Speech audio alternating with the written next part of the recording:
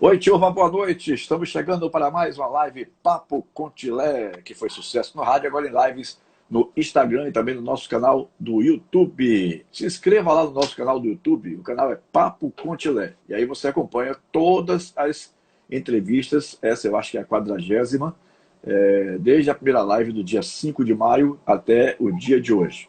É só você se inscrever lá e dar o seu like e fazer a sua participação sempre. Não precisa ser assistindo na hora, você pode assistir depois, que fica lá adicionada no nosso canal do YouTube. Papo Contilé, o bate-papo mais franco com personalidades do esporte, da mídia, da música e entretenimento do país. Eu quero lembrar que quem não tem, por exemplo, a condição de assistir por imagem, né? Não é todo mundo que tem um celular e sabe mexer com o YouTube, então nós também estamos no Spotify com os áudios, né? O podcast. Então você pode entrar lá e também assistir, ou ouvir, melhor dizendo, assistir, não ouvir as entrevistas no podcast do Spotify. Bom, hoje o meu convidado... Aliás, deixa eu fazer uma colocação antes. Aos sábados, as lives são realizadas com os meninos que estão começando no futebol, né? Iniciando as suas carreiras. E a gente bolou esse quadro, as lives Papo em Família, aos sábados, porque assim a gente... como é que eu poderia dizer? A gente apresenta, né, os meninos que estão começando a aparecer. O Léo Tilemon já entrou aí dizendo boa, capita, falando com você. Já está assistindo lá dos Estados Unidos. Sim, então, aos sábados a live serve, melhor dizendo, né, para que a gente apresente esses jovens talentos que estão surgindo no futebol e estão sendo assessorados pela Tilemontes Assessoria. Então, é uma forma de a gente apresentar cada um e de que eles comecem a conviver com isso. Eu sempre digo que é preciso aprender a conviver com isso. Tem muitos que são muito tímidos, não é o caso desse aí, mas tem muitos que são muito tímidos que não sabem sair do lugar, né? Porque acha que vai, não sei, fica emocionalmente abalado, não sei. Mas isso acontece mesmo, são jovens valores, né? Os jovens atletas de 15, 16 anos. Gabriel, por exemplo, tem 17. Né? Sim, então hoje eu vou conversar com o Gabriel Cordeiro de Oliveira Santos, que é nascido em 14 de janeiro de 2003, tem, portanto, 17 anos. Né? Ele hoje é zagueiro com vínculo não profissional com o Esporte Clube Jacuipense. Então, para que você possa dar o seu boa noite, meu querido Gabriel, a minha primeira pergunta é exatamente aquela que eu faço nesse quadro sempre. Como surgiu o seu interesse pelo futebol? Quando foi que surgiu na sua cabeça, não, eu posso ser jogador, eu quero ser jogador? E aí a gente começa a desenvolver o papo e contar a sua história. Boa noite, Gabriel. Boa noite, Chilé. Boa noite a todos que estão acompanhando. Na verdade, o futebol surgiu por acaso. Eu tinha cerca de 6 a 7 anos e minha mãe lutou jiu-jitsu por uns 10 anos, mais ou menos. E aí ela queria me levar para o karatê. E aí eu fui. Cheguei lá na primeira sessão, na primeira vez que o cara deu um chute no cara, eu falei, isso aqui não é pra mim. E saí. Nem fiz a primeira aula. E aí, depois eu saí dessa primeira aula e comecei a desenvolver um pouco no futebol no colégio, no futsal do colégio. E aí eu comecei a me destacar, óbvio. E aí eu comecei, realmente isso aqui pode ser uma coisa que eu realmente gosto e que eu posso ter grandes oportunidades. E aí comecei. Aí pedi pro meu pai para me colocar na escolinha. Então... Aí já começou um pouco a escolinha, se não me engano, a JCB, lá em Feira de Santana. E daí eu fui pulando de escolinha em escolinha, fui para alguns clubes. E depois desses clubes eu fui pro Fluminense do Rio, fazer uma avaliação. Fiquei um tempinho lá, retornei. Quando eu retornei, já foi indo pro Bahia, até com o Dico, que está acompanhando aí. O Dico foi meu professor lá no Bahia. Passei cerca de um ano e depois disso aí veio Olímpia, veio Jacuipense, tive uma passagem em Minas Gerais também. Mais ou menos por aí. Foi por acaso e graças a Deus deu certo. Você tinha mais ou menos quantos anos quando você realmente partiu assim para o primeiro clube? Eu tinha 12 anos. Foi mais ou menos assim. Foi logo cedo. Você frequentava o estádio, assim, ia com seu pai, com alguém da família para Não, assistir meu jogo? pai... Você tinha essa curiosidade, não? Não, eu sempre gostei. Eu ia mais às vezes com meu tio. Meu pai nunca foi muito amante do futebol. Minha mãe gosta, mas também não é de ir ao estádio e tudo mais. Vão assim quando é jogo meu, mas De me levar, sempre fui com meu tio, com outras pessoas, mas meu pai nunca foi o forte dele, nunca foi futebol, não. Mas eles apoiam, Gabriel? Não, meus pais são os melhores pais do mundo. Tipo, se eu falar meu pai, hoje eu quero largar tudo, meu pai e minha mãe, quero largar tudo e quero ser, não desmerecendo o trabalho. Pai, eu quero ser gari, pai, eu quero ser caixa de supermercado, eles vão me apoiar. Então eu tenho isso de apoio em qualquer profissão, eu tenho certeza que eles dois vão estar comigo em qualquer lugar. Bacana, isso, muito bacana mesmo. Sim, e você já começou como zagueiro ou foi um Não, atacante que não deu certo e aí veio para trás? Como é? aí foi decadência. Eu, tinha- eu comecei como atacante por conta do futsal, e aí eu comecei a me desenvolver e comecei a desenvolver a área um pouco do defensivo, a parte defensiva. E aí eu fui caindo para meia, fui caindo para volante, e aí me tornei zagueiro, até por conta da estatura. Eu sempre fui muito grande desde pequeno. Então, isso me ajudava. Então, as equipes na minha idade, um exemplo, de 13 para 14 anos, não é todo mundo que já maturou. Então, como eu era um dos mais altos, tinha um bom porte, tinha uma visão boa, tinha a questão defensiva também boa, então acabei ficando um bom tempo de zagueiro. Mas me arrisco também de volante e lateral. O que o professor pedir, a gente tem que servir. Mas não arrisque de goleiro, não. Pelo amor de Deus, que não aguento mais de goleiro Não, na não. família. Hein? Pelo Isso aí amor é de a Deus, única isso. coisa que. Não, isso aí esquece. Você tinha um time do coração, assim? Tenho, sempre desde pequeno flamenguista. Aqui na Bahia, Eita, ninguém? caiu. Peraí. Aqui, Isso. Aqui aqui na na Bahia, ninguém? Bahia, Ah, não, na Bahia eu tinha uma familiaridade. Meu sogro e minha sogra vão me matar aí que estão assistindo, mas eu tinha familiaridade pelo Vitória, nossa desde Senhora. pequeno. Aí você comprou uma briga realmente muito grande. Meu Deus do céu. Foi. Aí você comprou uma briga. Não, mas aí Ah, eu fui pro Bahia e aí realmente me tornei torcedor. Porque aham. quando você tá dentro do clube, você realmente sente Sim. Uhum. o que é o clube. Então me tornei Bahia e aí, por conta do futebol mesmo, a gente vai tendo algumas coisas. Aí fui deixando de lado. Aí o que permaneceu sempre vai permanecer o carinho e o clamor pelo Flamengo. Quem foi o treinador que inventou, ou melhor, que escolheu? Porque às vezes a gente fala em inventar e fica parecendo com uma coisa pejorativa, que você viesse para a zaga. Você lembra? Renan Santos, da FSA, hoje está no Bahia. Hoje, eu acho que ele é auxiliar do sub-15 do Bahia. Mas Hum. ele me descobriu. Foi por conta dele que eu fui pro Fluminense. Ele, numa competição, a gente estava, se eu não me engano, foi Red Bull Cup. Foi em Lauro de Freitas, ficava alternando, Lauro de Freitas e Simões Filho. E aí chegou, eu já estava jogando de volante, e teve uma partida que algum do lado dos caras era muito bom. E aí ele precisou que eu jogasse na zaga. Depois que eu joguei na zaga, o time encaminhou e aí eu meio que, ele me determinou assim. E aí foi quando surgiu os interesses também. Então, meio que ele descobriu e daí acho que se não fosse esse toque dele, muitas coisas lá na frente não teriam acontecido. Goleiro nunca pensou, né, Gabi? Nunca Com esqueço. essa altura toda, nunca Não, pensou, não, não. não, não, não, não. E Sofrer não. quem é o zagueiro que. Você tem algum zagueiro que você se espelha, assim, que você admira o estilo de jogo e tal? Com certeza, Thiago Silva, desde sempre. O que é que ele tem Consegui. assim, de tão especial na sua visão? Estou querendo ver a visão do jovem atleta com relação a um zagueiro que ele se espelha. Liderança. é, Além de liderança, ele tem uma excelente leitura de jogo, que é muito importante. O psicológico dele é muito forte.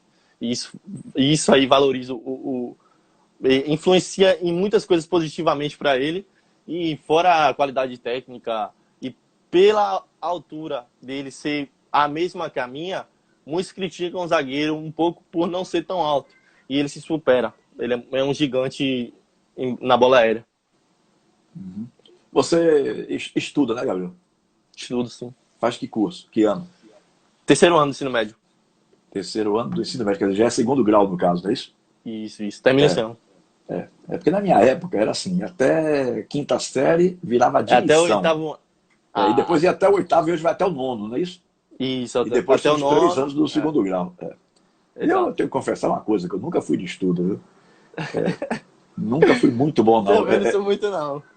Não, não, não. Então você tem o dom nato, porque se tem um atleta que hoje assim, eu consigo falar sobre qualquer assunto, é com o Gabriel Cordeiro. Esse rapaz é muito inteligente, muito preparado, né?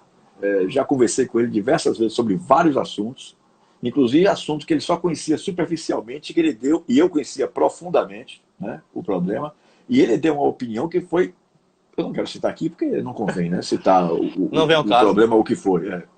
Mas ele deu uma opinião assim perfeita, perfeita. Eu até comecei a pensar de uma forma melhor a partir de uma conversa com ele. Quer dizer, tem 17 anos de idade, mas você consegue desenvolver qualquer assunto com o Gabriel, você não tem a menor dúvida. Sim, então você está estudando no terceiro ano, né? Isso, é o que vai fazer assim, vestibular no final do ano, no caso. Exato, exato. Já pode, na verdade, você já pode fazer o Enem, o vestibular, o exame nacional, a partir do primeiro ano. E você Mas já está se preparando para isso? O primeiro e segundo ano você faz de teste. Dizer que eu estou me preparando para esse ano do Enem, dizer que tipo assim, porque eu acho diferente você se dizer que você está se preparando do que você está só levando. Então eu acho que dizer que eu estou me preparando pro Enem não é, eu vou estar sendo hipócrita. Mas tipo assim, eu continuo estudando, mas não da maneira que deveria ser certo. Que Luzivaldo e Cláudio não estejam nos ouvindo neste momento, por favor. Não, eles estão. Eles conhecem. O nosso querido Rafael Fraga está botando aí diferenciado demais. Ah, barriga. Meu irmãozão aí. Meu irmãozão aí. Amo demais esse tá cara aí. Uma barriga enorme mesmo, velho. Esse cara é gratidão total aí. Foi através dele que você chegou até a gente, não foi?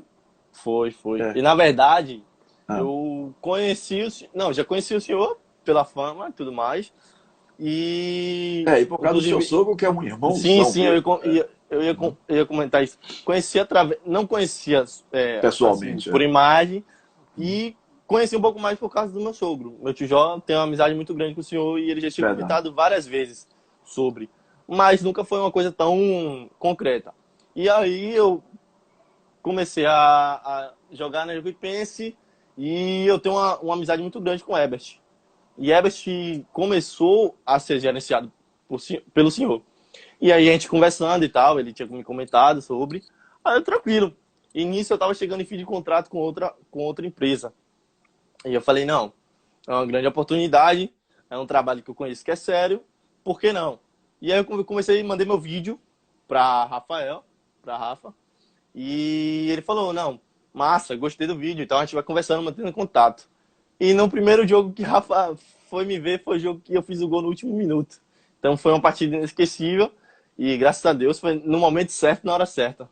Ele me viu. E aí, daí em diante foi... Aí você já sabe como é a história. Lu Cordeiro, lindo demais, parabéns, meu afilhado. Ai, minha Dinda, beijo, Dinda. Tá aí assistindo também. Olha o meu querido afilhado aí. João, essa dupla seria a melhor. Essa dupla... Já tinha. A melhor, Ebert e Gabriel. Tamo junto. Esse cara, Tila, ele precisa um título do gelo. Esse menino, não, ele parece que não tá no jogo, não sente. Craque, muito craque. João, ele tem uma frieza, né? Uma frieza muito assim, grande, muito que grande. É necessária, porque vocês, mesmo jovens, são muito cobrados. Eu tenho assistido algumas partidas, né? Das categorias de base, em que eu vejo treinador, dirigente, presidente do clube xingando, esbravejando à beira do gramado. Isso não é salutar, isso não é legal. Porque tem que entender muito aquela... que isso aí é um trabalho de base, um trabalho que o atleta está iniciando. Se João não é frio desse jeito, né, João consegue levar de boa, porque ele é frio realmente. E é uma característica muito importante nele essa. Né? Mas tem um diferencial. Ele pode ser frio no campo, mas... tem vários tipos de frio, né? Então, tipo assim, às vezes... Se soltar mais fora dele, é isso que quer dizer. Às vezes o dirigente xingando ele pode reagir de uma forma totalmente diferente de mim. Pra mim, se o dirigente me xingar, ele não tá me dizendo nada. Eu continuo. Talvez para João ele possa sentir um pouco, ou não. Eu não conheço, cada um sabe de cada pessoa, mas pode ser um ponto positivo ou negativo. Mas é super errado o dirigente fazer isso, até porque é um atleta e está querendo contribuir com eu não estou falando especificamente dele, não. Estou falando assim... não, eu falo... seja com Usei o vocês, exemplo ou dele seja com para. Ebert. Sim, sim, sim. Porque uma vez o meu sobrinho de sangue, filho da minha irmã Yuri, filho da minha irmã Laura, disputou um campeonato pequenininho lá no Integral, aquela escola Jacopá, Sim, sim. Jacopia, alguma coisa mais ou menos nesse Joguei, sentido. joga pá, joga pá. E aí, eu vou citar, Delmar Santana já faleceu. Já faleceu, não é nenhuma crítica que ele não. Mas o cara abria a boca em 6 palavras, 5 eram palavrões.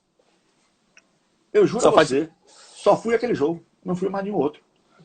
Porque eu acho que não é a filosofia, sabe? Não é a maneira de Perde o se direito começar a da fala. trabalhar. Hã? Ele perde o direito da fala e da razão. Pois é, entendeu? Então eu acho que é uma coisa assim que não é. Ali o cara além de qualquer coisa, o cara é professor, né? É É aquele cara que orientador. está. É o treinador, é o professor, vamos dizer assim, e quem é formado em educação física é professor mesmo. Então, você está ali como mestre, como professor, como é que você vai tratar um menor de idade dessa forma, né? Então, tem coisas que eu não aceito muito, porque eu acho que não é essa a filosofia correta, entendeu? Além disso, isso aí pode ser uma exponencial para quebrar o grupo, né? Sim.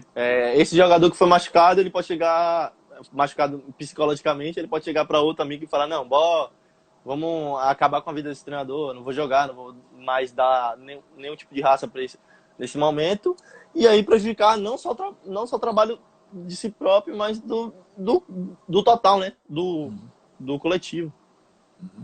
Eu acho que você citou alguma coisa no início, mas como eu não memorizei bem, tem algum exemplo na família que gosta tanto de futebol como você?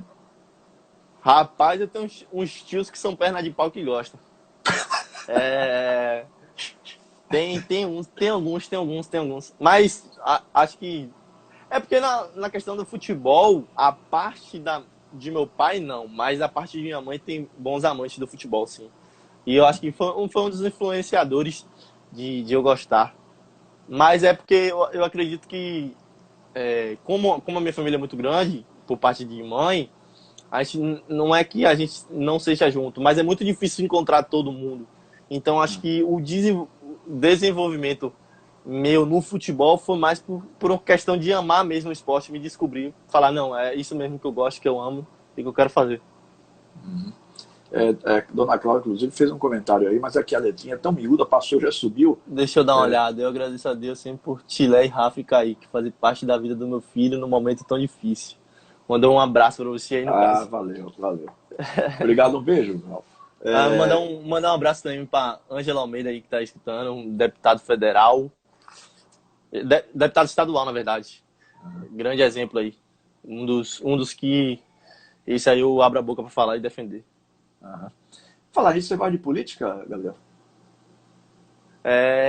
Rapaz, gostar. Eu sei que eu posso puxar pra você, vambora. Gostar eu gosto, mas é difícil discutir. Não é todo mundo que sabe discutir sobre política. Então, Digamos, você você. evita para não ter uma discussão, mais ou menos uma coisa assim. Exato. Porque é muito difícil chegar a um bom senso. Todo mundo pensa de uma forma. E você julgar a pessoa pelo fato de ela ser contrária a você, isso é errado. Você, beleza, eu não concordo com você, não é por isso que eu vou deixar de ser seu amigo. Mas não vamos entrar em divergência por conta de uma besteira. Cada um. Beleza, as propostas estão lá, cada um decide. Se por um acaso vier dar errado, você se bota a responsabilidade. Se acertou, foi por sua causa, se errou, foi por sua causa também. Como é que você está vivenciando essa pandemia aí? Tipo assim, eu tinha até comentado com o senhor. Mantenho a rotina de treinamento acompanhado, mas a quarentena fez bem para mim psicologicamente muito, muito, muito e muito. Pelo Em fato que sentido, Gabi? Parar de procrastinar. Parar de procrastinar porque parar de ver a vida alheia, parar de ver muita besteira e alimentar minha mente com coisas que são úteis.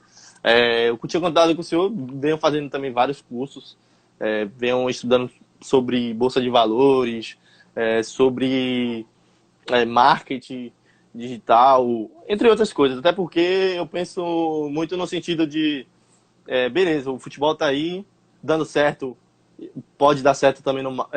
Eu penso, são universos paralelos. Eu posso muito bem conciliar, terceirizar minhas coisas e ter uma renda dentro delas. Mas se não der certo, e aí? Eu vou ficar de mãos atadas? Não, já tenho meu negócio meio encaminhado. Então eu penso muito nisso. E eu estou usando esse período para realmente... Pra não ficar ansioso, na verdade, né? É isso, e realmente tempo, né? usar isso para encaminhar, Aprender, encaminhar um caminho. Porque quando voltar, já vai estar pré-encaminhado e aí é só besteiras que vão precisar ser feitas. Você mexe com o de Bitcoin, é? Não, isso aí não, isso aí é pirâmide. Não, eu trabalho com... Agora Não, faço gestão de tráfego. Muitas pessoas vão pensar que é tráfico, mas é tráfego. É marketing digital, né? Isso. Segunda-feira eu vou ouvir aqui um especialista em marketing digital. Massa. Fábio Lacerda. É porque é o seguinte, na metrópole eu era orientado a só falar sobre futebol, né? Os donos da emissora, e quem é dono é quem pode mandar. Eu nunca fui dono, eu sou radialista, né? Então, os donos diziam assim, não mistura isso não. Uma vez eu propus isso. Não, vamos botar aí todo tipo de assunto, religião, política, não sei o quê. Não, aliás, menos política, porque o dono da rádio é um ex-prefeito da cidade e tem a visão política dele para as coisas, né? Aí ele dizia, não, vou falar de religião, vou falar de cinema, falar de música e tal. Não, pelo amor de Deus, sua cara é futebol.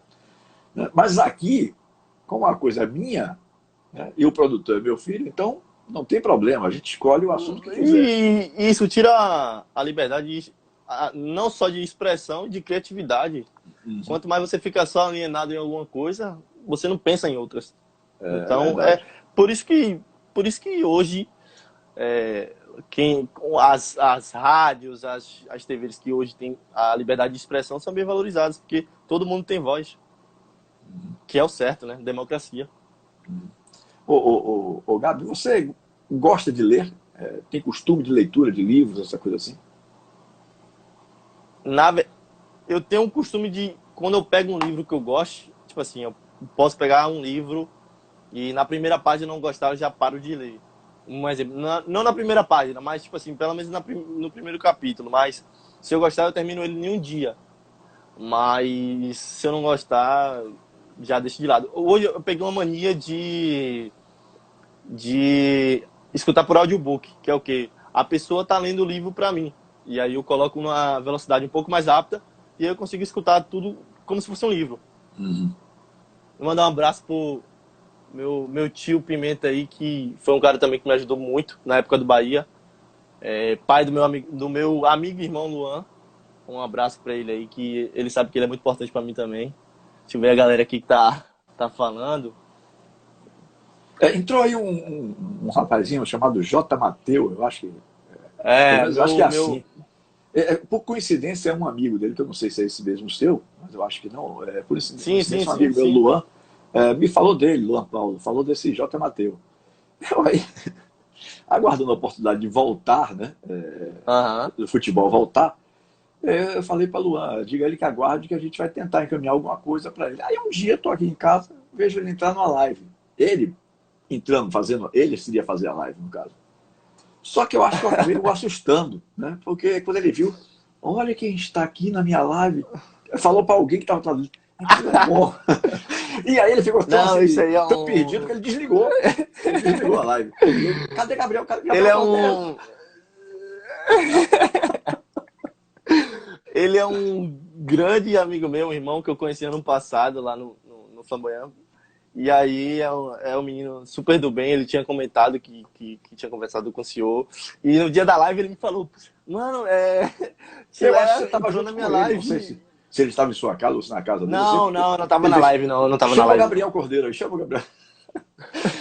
Não, é porque eu acho que ele viu o senhor. E ele falou, não, vou chamar Gabriel para ele entrar na live para amenizar o negócio. Mas é um parceirão, um menino de ouro. Coração. As referências que eu tenho dele são as melhores possíveis mesmo. Sim, isso é um ótimo. Ô Gabi, você está na Jacuipense, no Sub-17. 17, né?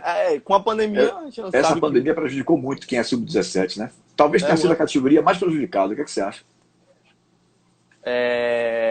Antes disso, a Pimenta falou aí, meu abraço, meu tio, já falei do senhor, obrigado por tudo, gratidão eterna ao senhor, um beijão. Sobre o Sub-17,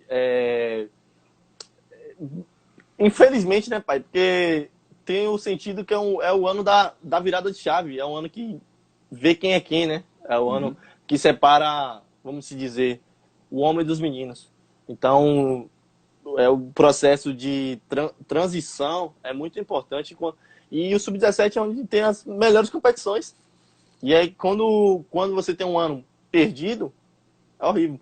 Principalmente e seria um ano de Copa do Brasil 17 que o Jacuipense que foi campeão baiano ano passado. Que o Jacuipense é muito azar, é muito azar. Não fale isso, não. Mas tudo tem um propósito, tudo tem um propósito. É isso aí, é por aí. Você vai de azar, sorte. Você acha que isso tem influência? Você tem algum tipo de... Como é que eu poderia dizer, meu Deus? É premonição que fala, não, né? É mais ou menos isso, não. Me faltou a palavra aqui. Alguém me socorra aí, por favor. Teve uma época, eu era muito... supersticioso. Teve uma época que eu era muito supersticioso. Eu fui gestor do futebol do Fluminense de Feira de Santana em 2002, a convite do presidente Balbino Barreto Santana e de Edson Marinho, meu amigo e irmão há mais de 40 anos, ou há quase 40 anos, melhor dizendo, nós temos 38 anos de amizade. E Marinho, um torcedor fanático do Fluminense, já contou aqui na live que ele invadiu o campo para bater em juiz e tudo, quando ele era lá de Feira de Santana ainda, antes de ir para Salvador. Né? E eu tinha aquela coisa, eu entrava naquele esquema de aquela roupa que deu certo, a roupa de comissão técnica que eu tinha, era destinada a mim, uma roupa da comissão técnica, como gestor e tal. Então, eu ia para todo jogo. Gianzinho, com 6 anos, ia comigo, 6 anos de idade. E virou torcedor do Fluminense porque o tio dele, Nino, também estava começando. A gente colocou Nino para fazer um período de teste lá e Nino foi aprovado por José Carlos Amaral. Nino é irmão de André, a mãe de Gianzinho. E eu tinha essa mania, né? E o Fluminense foi muito bem naquele ano. Tal. Chegamos a 5º lugar no Campeonato do Nordeste, fomos vice-campeões baianos. Eliminamos o Bahia da final e fomos para a final com vitória. Grande touro. E nisso, eu estou em casa, estou contando uma historinha para ver se você tem alguma história sobre esse tipo de coisa. E nisso eu estou em casa, lá em Buraquinho, e é anunciado uma entrevista com Roberto Carlos, cantor, grande cantor Roberto Carlos, que é da minha geração, e de Luzivaldo, e não sei se de Cláudio, mas a minha de Luzivaldo com certeza, né? E eu sou fãzaço dele. Eu já fiz 3 cruzeiros de Roberto Carlos, o Projeto Emoções, só para ficar perto e ver Roberto Carlos cantando de perto. Newton Mota é outro, que é fãzaço de Roberto Carlos. Então, nessa entrevista, uma repórter perguntou a ele: Roberto Carlos, você não acha que é uma incoerência? Foi a primeira vez que eu vi Roberto Carlos se impactar com uma pergunta nesse sentido. Você não acha que é uma incoerência? Você canta Jesus Cristo, eu estou aqui, você canta Nossa Senhora, seu manto, não sei o quê, PPP, e só faz show de roupa azul, você quer o camarim todo de azul. Que fé é essa sua? Meu amigo, eu senti que ele ficou impactado com a pergunta, tanto que a primeira resposta dele, o primeiro comentário que ele fez: você sabe que você é a primeira pessoa que me faz pensar por esse ângulo? Eu nunca tinha parado para pensar nisso. Só que eu acho que ele não aprendeu nada, porque ele continuou com as mesmas manias e continua até hoje com as manias dele de azul. Tá dando certo. Talvez seja por isso, como eu pensava bem. Só que aquilo ali me fez mudar completamente. Hoje eu não tenho superstição nenhuma. Porque a moça, a repórter, eu não me recordo mais o nome dela aqui, ela foi de uma felicidade tão grande, né? Porque o sujeito que tem fé, que acredita em Deus, não pode pensar que a cor da roupa vai beneficiar em alguma coisa. O radialista tal que está transmitindo o jogo, isso não existe. É a mesma coisa que pensar que Deus é bom para um e ruim para o outro. Porque, um exemplo, porque meu time ganhou hoje e o outro time perdeu, é que Deus quer mais que a gente ganhe do que o outro. Não, é porque fizeram para merecer. Mas eu acho que de superstição que você falou, sempre rezar no vestiário e dentro de campo. Não, aí já é uma outra coisa, aí já não acho superstição. Aí é pedir proteção. Eu acho que, tipo assim, eu acho que superstição, pelo menos eu acho que uma hora antes do jogo eu não consigo falar com ninguém. E eu não consigo comer direito antes do jogo. Porque eu fico com uma ansiedade de estar dentro de campo logo, eu não consigo comer. Eu como pouquíssimo. Então, uma coisa que eu pelo menos faço antes de cada jogo, pelo menos 1 hora, 30 minutos antes, eu paro de falar com qualquer pessoa e fico no meu canto. Porque ali eu fico matutando. Mas aí é concentração. Aí você está se concentrando para aquilo que você vai fazer. Não, eu digo porque é E um isso é hábito. ansiedade, como diz aqui, ó. Evelyn Cordeiro. Minha irmã. A sua irmã? Isso. Isso é ansiedade, Não é, mesmo, não é superstição, não. É ansiedade mesmo. Você fica ansioso, não, sabe que a hora da responsabilidade está chegando e tal, né? na verdade, eu digo porque é um hábito, porque não é todo mundo que, Talvez que a palavra trata certa agora você assim. achou aí, hábito, é isso mesmo. Tem uns meninos lá que antes do jogo os caras ficam dançando, que ficam gritando, cantando. Eu não consigo, eu não me sinto bem. Eu fico a cabeça a mil, pensando mil formas de o que vai acontecer no jogo, se o adversário vier de um jeito, o que é que eu posso fazer. Então, e aí eu me boto né, meio que nesse ciclo de ansiedade antes de jogo. Mas aí realmente é mais ansiedade mesmo. E quando você fala, por exemplo, de cantar, de ficar cantando, não sei o que e tal, ou o sujeito quer passar uma imagem de muito, como é que diz assim, tranquilo, relaxado, muito tranquilo, ou é irresponsável mesmo. Desculpe, vai ter gente que vai ficar retado comigo, mas eu vou dar a minha opinião aqui. Eu acho que quando você está, né, como o meu compadre Dico Maradona contou lá na Metrópole, num programa que eu fiz, Papo Contilé com ele. Uma vez ele, como treinador, vai começar um treino lá, um período de teste, um treino de teste, né, para algumas pessoas. O menino tira do short, ninguém viu como é que o menino colocou, ele tira do short.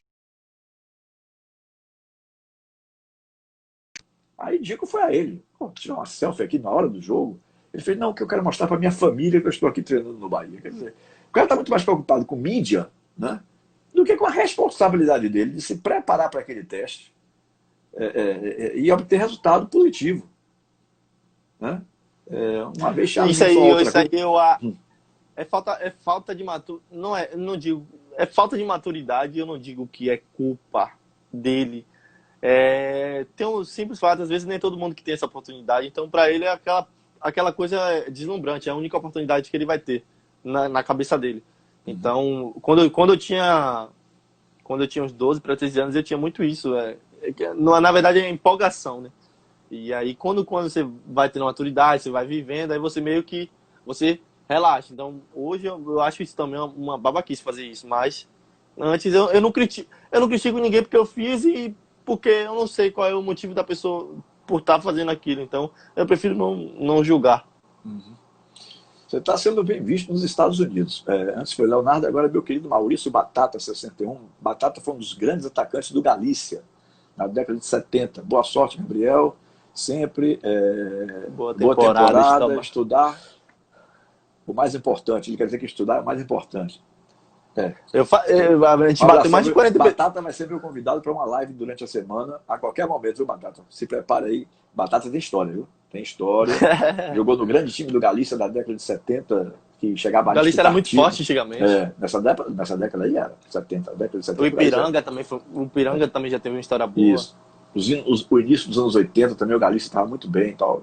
E de repente despegou ladeira abaixo. Falei que o ao vivo ia bater mais de 40 pessoas aí, ó. Já bateu antes, simultaneamente baixou um pouco verdade. agora, mas... É verdade.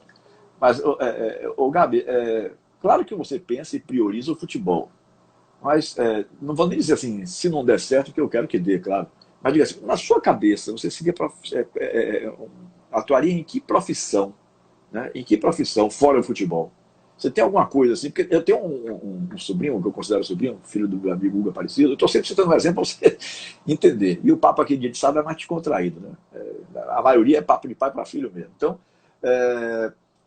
ele dizia, o Vitor Hugo, o mais velho dos três Hugos, que na casa de Hugo são três filhos Hugos. Né?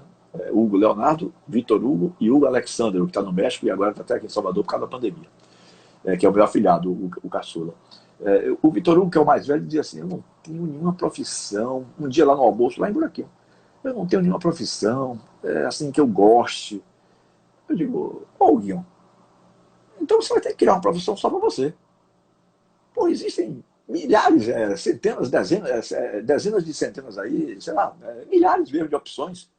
Como é que você não gosta de nenhuma? Né? Aí eu virei e disse assim, veja como as coisas acontecem, quando tem que acontecer, né?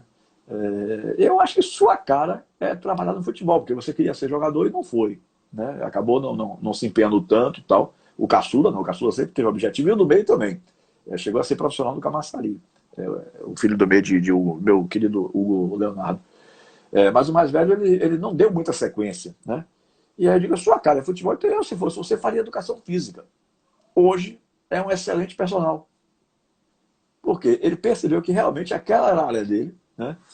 E aí, hoje, eu estava dando aulas em academia, tudo, quando a pandemia veio e fechou e tal. Então, por isso que eu perguntei, assim, passei por curiosidade, né? Por curiosidade, eu queria saber de você, assim, se não fosse o futebol, se não vier a ser o futebol, você tem alguma coisa em mente como profissão? Com certeza empreendedorismo. Empreender de alguma forma. Acho que na área do marketing, a área de comunicação, assessoria, certeza. Eu acho que isso aí eu mando até um abraço para minha irmã, que ela é uma das grandes influenciadoras disso. Ela, desde pequena, eu sempre observei. Eu sempre gostei de muita muvuca, agitação. Então, ela fazia eventos e tudo mais. Então eu achava aquilo, pô, massa. Ela chegava, então, tipo assim, eu era criança, ela chegava meia-noite de um evento, eu, caramba, que de profissão massa, você chegar meia-noite. E aí eu falei, não, beleza, gostei, comecei a me interessar e tudo mais. E aí veio o marketing e a comunicação e tal. Então é uma coisa que eu gosto. Tem a questão de outros projetos que não vêm ao caso, mas também pode unir o útil ao agradável. Por que não ser um gestor de um clube? Por que não ser um treinador? Fábio Luiz Bahia, de Alex Bahia, advogado, assim, advogado. Não, esquece. Sem nenhum propósito. Eu vou chegar lá no, como é que fala? No tribunal? No julgamento, no tribunal, eu vou xingar juiz, eu vou xingar todo mundo. Não, não vai dar certo. Eu não tenho paciência para ficar horas e horas defendendo alguém, não.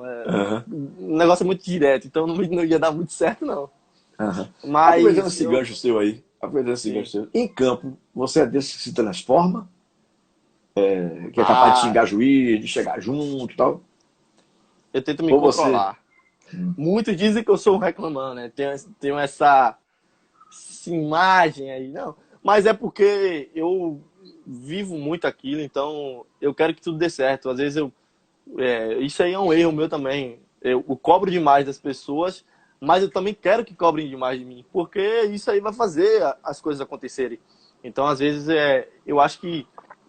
Às vezes, é muito do momento. Às vezes, eu prefiro ficar quieto e não falar. Hoje eu me considero uma pessoa mais tranquila por conta da maturidade. Hoje, a quarentena me fez muito bem psicologicamente, para repensar muita coisa. Então, eu acho que mentalmente foi a principal coisa que eu evoluí na quarentena. Fora a parte física, que eu tinha voltado de uma lesão. Então, eu vim fazendo um treinamento exclusivo e que realmente me melhorou muito. Tinha muitas coisas a serem melhoradas. Então, fiz uns 2 meses intensos aí, que mudou muito o meu corpo. Mas eu digo, mentalmente, eu melhorei muito, muito, muito. Então, hoje eu me considero uma pessoa mais tranquila. Mas eu já fui muito de xingar, de cobrar muito do companheiro. Eu acho que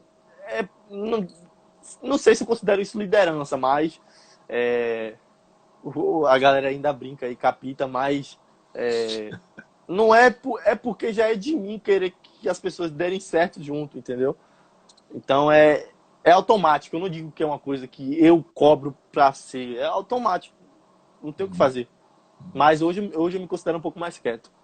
Um abraço, meu querido Mário, entrou aí. Mário é o maior treinador de futebol feminino que eu conheço no mundo, né? Mário é fantástico, ganhou 17 títulos, 16 títulos pelo São Francisco, 16 vezes campeão baiano, um atrás do outro. E para perder um jogo, perdeu 10 anos depois, né? Da última derrota, levou 10 anos sem perder. Então, isso é bom, porque o futebol, o futebol feminino, futebol feminino ainda é muito desvalorizado e merece ser valorizado. As mulheres precisam de espaço no cenário do futebol. Até porque, crescendo elas, vão crescer todo mundo. É o esporte, não é futebol feminino, futebol masculino. É o esporte de futebol que vai crescer.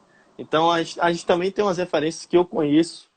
Tem o Lucas Grillo também, que é uma referência aí na Bahia como treinador de futebol feminino. Sim, verdade. Então, temos grandes treinadores de futebol feminino aí. O Integral, Colégio Integral, quando eu estudava lá, apoiava muito o esporte feminino. Então, Marconi, Gabriel, são treinadores também que incentivam bastante o futebol feminino, que merece Bom, respeito.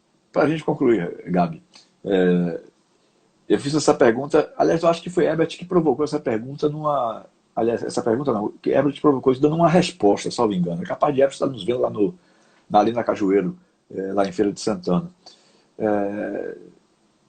Tem gente que acha que um zagueiro técnico, como é o caso dele e o seu caso, tem que jogar com outro zagueiro técnico. Há quem defenda que deve o zagueiro técnico jogar com um porradeiro, aquele que chega junto, que aí seria a famosa dupla ideal de zagueiros. Qual é a sua avaliação sobre isso? Isso é muito relativo.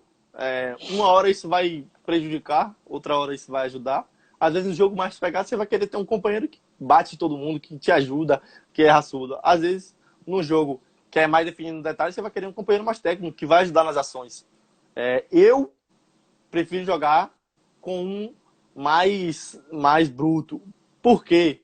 Porque eu gosto eu gosto de sair, eu gosto de fazer umas famosas loucuras, eu gosto de arriscar. Então, se arriscar os dois, aí fica complicado, né? Então, eu gosto mais, às vezes, um zagueiro mais... Não digo sem técnica, mas com o poder de... falta um pouco da palavra aqui, mas mais limitado. Pô, isso aí é ruim, que desmerece a pessoa, mas mais limitado tecnicamente do que jogar com os dois. Não, mas eu gosto de jogar com zagueiro técnico.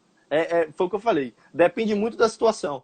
Então, eu prefiro jogar com zagueiro técnico porque eu me sinto à vontade. Você confia, por exemplo, quando vai um zagueiro que não é tão bom tecnicamente, ele vai sair com a bola, você já fica, meu Deus, você já fica preocupado. Aí o seu subconsciente já fica, não, tem que estar pronto. Então, não é que com um que é muito bom tecnicamente, você tenha confiança, mas você duvida menos do erro dele, entendeu? Então, depende muito da situação, mas eu prefiro jogar com um zagueiro mais bruto, que aí eu me invento mais. Valeu, meu filho. O Rafael deve estar vibrando, porque bateu aí 41. 41. Rafael deve estar vibrando. Rafael adora ficar vendo esses números, eu nunca vi. E dia de sábado, que é mais difícil, é mais complicado. Entendeu? Você chegar a um número assim de pessoas fixas assistindo e tal. Valeu, Gabi. Um abraço, meu filho. Foi muito legal esse papo. Batata colocou o Gabriel de vez em gasta, mande o dinheiro para minha conta que eu te devolvo. Valeu, Gabi. Passa o dígito da conta e a conta que a gente transfere. Só no seu valor. Pode ser R$1, pode ser 10, mas no seu valor. Abraço, Rafa, aí falando perfeito, Capita. Tamo junto. Orgulho. Não, esse aí pronto, eu vou abrir uma fala para falar desse cara. Muito, muito especial na minha vida. Foi um cara que me deu a oportunidade quando muitos não acreditavam. É um cara que eu já falei no meu aniversário. Gratidão eterna por esse cara. Gosto demais, gosto de graça. Queria fazer um agradecimento aos meus pais, minha família por inteiro. Todo mundo acompanhando, todos os amigos, agregados. Obrigado de verdade por todo o apoio. Todo mundo realmente cola comigo em qualquer desafio, qualquer objetivo. Agradecer a meu sogro, minha sogra, minha namorada, a família aqui, Caria, por todo o apoio também, sem tamanha gratidão. Eu digo que eu sou rodeado por muitas pessoas boas, muitas, muitas, muitas. A lei da atração, né? Quando você planta o bem, as coisas vêm naturalmente. Então, eu sou muito rodeado de pessoas boas. Um abraço pro meu amigo Luan aí, meu irmão. A gente passou por muita coisa junto. A gente passou por muita coisa junto. Esse aí eu também torço demais por dar certo, porque é uma pessoa que, só a gente sabe do quanto a gente passou. Eu tinha que ir e voltar para feira todo dia quando jogava no Bahia. Tinha que conciliar com o colégio. Depois a gente foi para Salvador morar sozinho. Aí às vezes engolia comida para ir treinar. Mas eu não digo só eu e ele, porque a vida de jogador é essa. Infelizmente, e ainda tem a frase clichê, né? ainda vão dizer que foi sorte, mas não sabe tudo que a gente passou. E é mais ou menos isso aí. Eu sou rodeado de pessoas boas ainda, apesar de dizerem que eu sou muito desapegado, mas eu amo todos. E gratidão por tudo. E sou muito grato por tudo. Principalmente agora ao senhor, por ser um segundo pai. Eu tenho vários pais, mas é um segundo pai para mim. Um companheiro, um amigo que sempre me dá conselho, sempre me ajuda. Eu quero que o senhor esteja comigo no sucesso. Como teve na derrota, vai estar comigo no sucesso. Gratidão eterna por tudo. Obrigado pelo papo. Valeu, filho. Grande abraço para você. Foi bacana, Baixo. Bacana mesmo. Muito bem. Hoje eu comecei com o zagueiro Gabriel Cordeiro. Como eu disse antes, aos sábados a gente apresenta aqui os atletas da Tilemontes, né? Que estão começando no futebol, buscando o espaço nessa profissão que é muito difícil. Muita gente acha que é tudo bonito, lindo, maravilhoso, tudo azul, de bolinhas brancas, né? Tudo azul de bolinhas brancas. Não é bem assim, minha gente. Não é bem assim. E é por isso que, às vezes, né, se comete algumas injustiças também nesse meio, né? A gente que é jogador vira homem muito mais cedo, né? É, mais cedo. Homem no mas, sentido... mas aí quando se tem realmente esse tipo de pensamento, né? Porque a maioria não É vinga. responsabilidade. A maioria não vinga porque... Mas aí tá a importância do... isso aí eu falo quem para todos os meus assessora. amigos. Uhum. Assessoria é importante, mas eu digo, se a assessoria falar e entrar aqui e sair aqui, não tem importância nenhuma. Então, eu digo muito do psicológico do jogador. Eu vi o Wellington que o senhor fez uma live, ele falando muito psicológico. O Wellington Júnior. Então, se o cara não estiver preparado, se não der certo, a frustração é muito grande. Então, a probabilidade desse cara dar certo em outra coisa é muito pequena, porque ele vai estar frustrado. E isso aí ele vai ficar com isso a vida toda. A vida toda. Infelizmente, é o psicológico. É umas crenças limitantes que ele vai carregar pro resto da vida. Então, e é muito importante a psicologia no mundo do futebol, por conta disso. O acompanhamento ao jogador. Como o senhor falou, a gente está em formação. Então, ficam muitos vazios na mente da pessoa. Fora todo o sofrimento que a gente passa. Eu não sei se você assistiu, mas se não assistiu, como eu sei que você é muito interessado, se você não assistiu, assista 3 dessas lives aí. Com o Wellington Júnior. Eu peguei um pedaço do... mas tá aí no canal do YouTube, você pode pegar ele na íntegra. Assista assista a de Léo Tilemon, que hoje está muito bem nessa área aí, e assista a de Dudu Cearense. Foram 3 lives. Eu peguei a de Dudu. Pronto, eu peguei um pouco da de Dudu, e aí encaixou um pouco também o que eu falei hoje. Dudu hoje é uma referência fora de pós-futebol e extracampo, porra. Porque muitas vezes, meu filho, acontece o seguinte, muitas vezes o cara não quer saber dessas coisas, mas tem que aprender, né? Sobretudo, Dudu foi muito feliz, acho que o Léo também comentou dessa forma, como o Wellington também, são 3 pessoas da área aí. O Wellington, se eu não me engano, ele trabalha com pessoas, né? Exatamente, especialista em pessoas, treinador mental e comportamental, né? Ele falava, você fez uma colocação e acabou interrompendo meu raciocínio. Deixa eu ver se eu consigo recuperar aqui. Desculpa. Não, deixa eu ver se eu consigo recuperar o que eu queria dizer. Mas não estou recuperando. Deixa eu falar.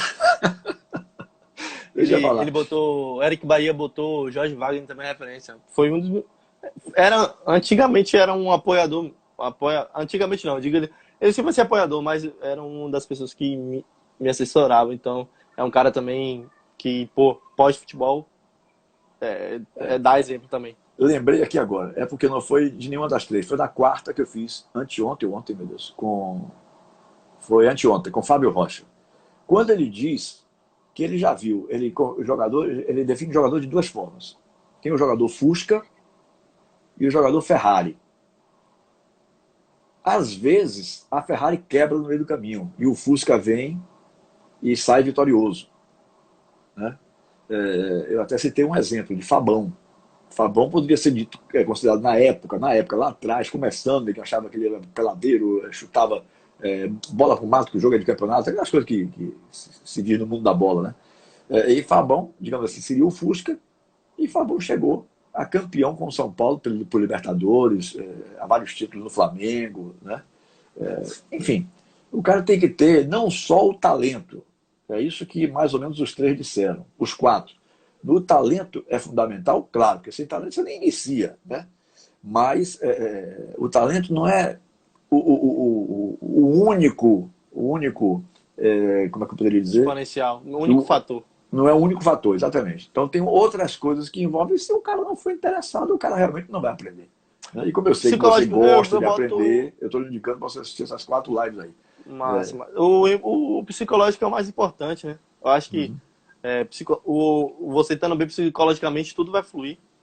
Eu lembro que ele dizia, Gabi, isso há mais ou menos uns 30 anos atrás, né? Ele dizia que o cara, se fosse um jogador vitorioso, um jogador de fazer uma carreira mais longa, por exemplo, de 15, 16 anos, né? Ou até de 20 anos, digamos, começou com 15 anos, chegou aos 35 e tal, e a maioria não é assim. Se soubesse ganhar dinheiro, guardar dinheiro, por exemplo, se soubesse guardar o dinheiro que ganhou... Não é nem guardar, pai, é reinvestir, né? Sim, também, exatamente. Mas qual era a linha de raciocínio que eu dizia? Sim. De 30 anos, 40 anos atrás, isso não existia nada desse negócio de estrategista financeiro, essas coisas todas que os meninos estão passando a ocupar, né? Esse espaço que esses meninos todos estão começando a ocupar. Estou falando de menino, porque eu já sou um sessentão, né? Então, o Wellington, o Léo, o Dudu Cearense são meninos junto de mim. Então eu dizia, meu amigo, se você não soube guardar e você só fez carreira até 35 anos de idade, e a média de idade do brasileiro hoje é de 73 a 75 anos, você vai fazer o quê nos próximos 40 anos? Né? Então, por isso que eu insisto muito de que se interessem por outros assuntos, que se interessem por aprender. Né? E aí, o que é que está acontecendo? O cara, 5 anos depois de carreira encerrada, o cara está passando dificuldade, tem gente que morre na miséria absoluta, né? Passando extremas dificuldades, sem até comer, às vezes, porque não se preparou para aquele momento. Eu lembro que eu fazia uma conta assim de cabeça, o Jean Pai, goleiro, né? Tinha um cachorro numa casa que já tinha um caseiro e jogava fora do estado. E aí um dia fiz uma conta. E ele, poxa, nunca parei para pensar nisso. Você gasta R$300 por mês com ração. Ao ano você está gastando 3.600, 3.600, né? 3.600. Se você tem esse cachorro há 10 anos, você já jogou um carro fora, já jogou uma casa. Naquela época as casas não eram tão caras como hoje, né? Daria para dar uma boa entrada, uma coisa assim. Você já jogou um patrimônio desse fora. Porque às vezes é necessário. Não estou dizendo que o cachorro fosse desnecessário, não, pelo amor de Deus. Mas eu estou dizendo assim, foi um exemplo que eu peguei para aceitar. Né? Então, ninguém se preocupa com isso, acha que o dinheiro nunca vai acabar. Entra a analogia da... Minha mãe até citou aí, eu acho, se não me engano. Entra a analogia da Ferrari. Por você ser autoconfiante demais, você acaba duvidando do seu erro. E aí o erro vem, ele vai acontecer, não tem jeito. Você tem que preparar. Você não tem que estar se preparando para o erro, você tem que estar se preparando para o pós-erro, né? O que você vai fazer dali em diante. Então, mas como você falou, eu acho que já tinha comentado isso com o senhor, se eu não me engano. A minha meta é com 40 anos, mesmo dando certa cadeira de futebol, com 40 anos já está pelo menos com a patrimônio tranquilo para viver o resto da vida. Isso aí é foco. E aí a conversa não terminaria nunca, porque com isso daí eu já disse que eu levaria conversando aqui um bocado de tempo. Valeu, Gabi. Um beijão, meu filho. Valeu, pai. Obrigadão, viu? Até a próxima. Obrigado a todos que participaram aí. Um beijão para todos e uma boa noite. Boa noite.